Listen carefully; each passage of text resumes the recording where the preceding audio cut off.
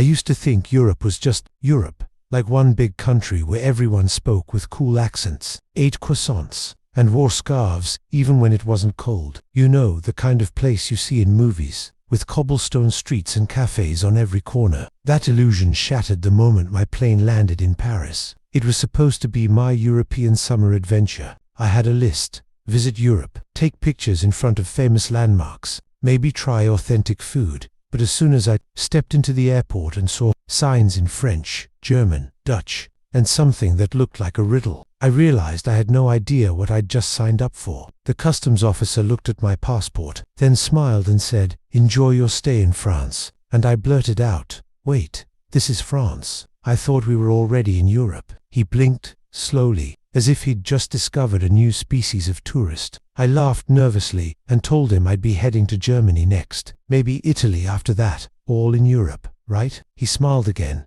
this time more like pity than politeness, and said, "Yes, but those are different countries, monsieur." That was the moment my American bubble popped. Over the next few days, I began realizing that Europe wasn't one big place. It was a puzzle of cultures, languages, and histories older than my entire country. I'd walk 5 hours on a train and end up somewhere that felt like another planet. In France, they spoke softly, dressed beautifully, and gave me looks when I ordered ketchup with everything. In Germany, people were efficient, direct, and obsessed with rules like crossing the street only when the light turned green, even if there were no cars. Then came Italy, where everyone yelled, laughed, hugged, and somehow made chaos look romantic. But the real shock wasn't the cultural differences, it was how small, connected, and proud every nation was, and how aware they were of their neighbors. In America, you can drive for 12 hours and still be in Texas. In Europe, you can drive 2 hours and go through 3 different countries, hear 3 languages, and eat 3 types of bread you can't pronounce. And then there was money. I walked into a store in Switzerland and tried to pay in euros.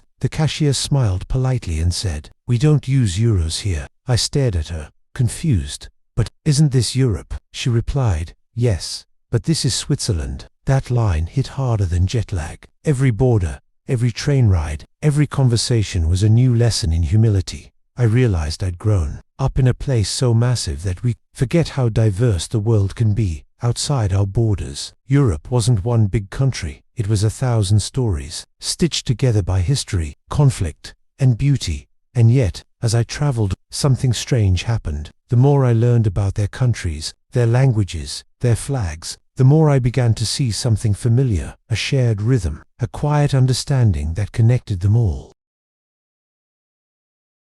Maybe Europe wasn't one big country, but it felt like one big family with 100 complicated siblings. I didn't know it then, but that realization would lead me to something. I'd never expected a night that changed how I saw the world forever. It was my 5th week abroad when everything started to change. By then, I'd already been through France, Germany, and Italy, each country teaching me something different. But it wasn't until I got lost in a small town in Poland that I really felt what Europe meant. The train I was supposed to take was cancelled. The announcements were all in Polish, and my translation app was having a meltdown. I sat alone on a wooden bench in this cold, dimly lit station that looked straight out of a black and white movie. No Wi-Fi, no familiar voices, just the echo of train wheels in the distance and the occasional flicker of an old fluorescent light. I started to panic. I didn't know where to go, who to ask, or even how to pronounce the name of the town I was stranded in. For the first time since leaving the US, I felt truly foreign. Then, an old man appeared, hunched over, wearing a thick grey coat and a hat that looked older than both of us combined. He noticed my confusion and said something in Polish.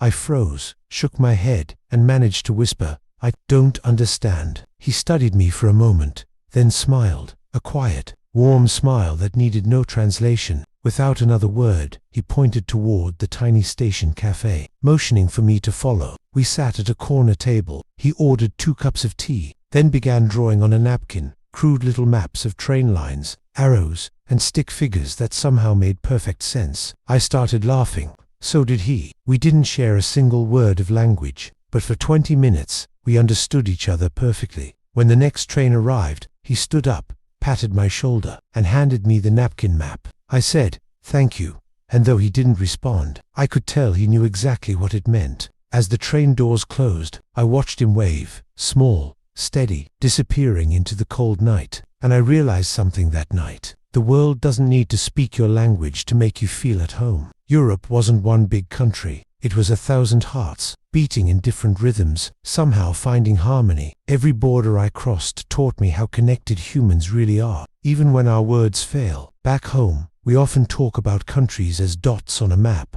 But out there on that quiet Polish platform, holding that napkin map in my hands, I saw them as stories, people, fragments of the same song. I thought my trip was about seeing Europe, but it was really about seeing people. And I didn't know it yet, but that single night would lead to a friendship, a letter, and a revelation that would go viral months later. I kept that napkin map folded inside my passport. It became my lucky charm, a reminder that sometimes kindness doesn't need translation. Every time I took a new train, crossed another border, or heard a language I didn't understand, I'd touch that napkin and think of the old man in Poland. A few weeks later, I found myself in Vienna. The city felt like something painted, rather than built. Every street glowing with gold lights, every building whispering stories of centuries past. I had started to slow down, to notice things I used to rush past, like how people sat in cafes for hours, not scrolling, not rushing, just being. How waiters didn't hover or hurry you. They served you like they were part of the atmosphere, not a transaction. One afternoon, I sat at a small cafe by the Danube River, writing postcards to my family back home. That's when I noticed a group of students sitting nearby. They were from all over Spain, Italy, Germany, France, laughing together, switching languages mid-sentence like it was the most natural thing in the world. I watched them,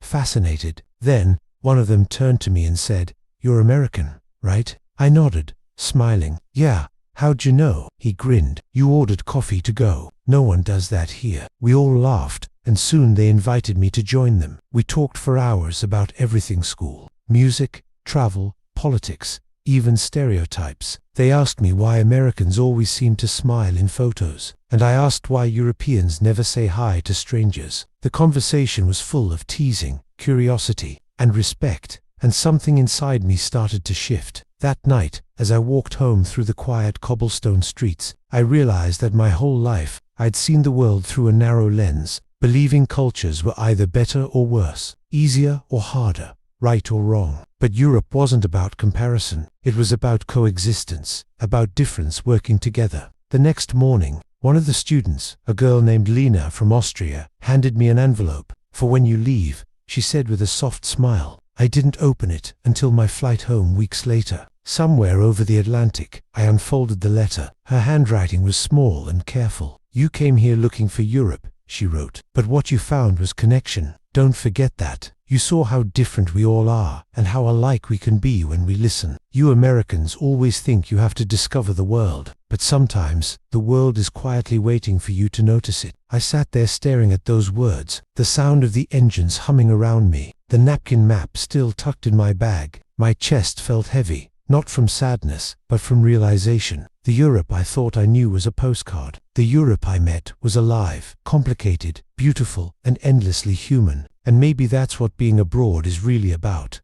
Not changing who you are, but understanding how big the world truly is, and how small you've been living until now. When I landed back in the States, I didn't feel like I'd come home. I felt like I'd just left one. Back home, the silence felt strange. Everything looked the same. The wide highways, the glowing fast food signs, the endless hum of convenience. Yet somehow, it all felt smaller. I'd spent months crossing borders, meeting strangers who became stories, seeing how nations fit together like pieces of a living map. And now I was back where the map ended, where the world felt more like an idea than a place. I started to miss the sound of languages I couldn't understand, the clatter of train stations, the kindness of people who didn't owe me anything but offered it anyway. Every night, I'd scroll through the pictures: the cafe in Paris, the canals in Venice, the napkin map from Poland, and it felt like another lifetime. One evening, I opened my laptop and started typing. I didn't plan it. I just needed to say something. I wrote about the man in the Polish station, about the students in Vienna, about how I used to think Europe was one country, and how that mistake turned into the best education of my life. I wrote about culture shock, humility, and connection.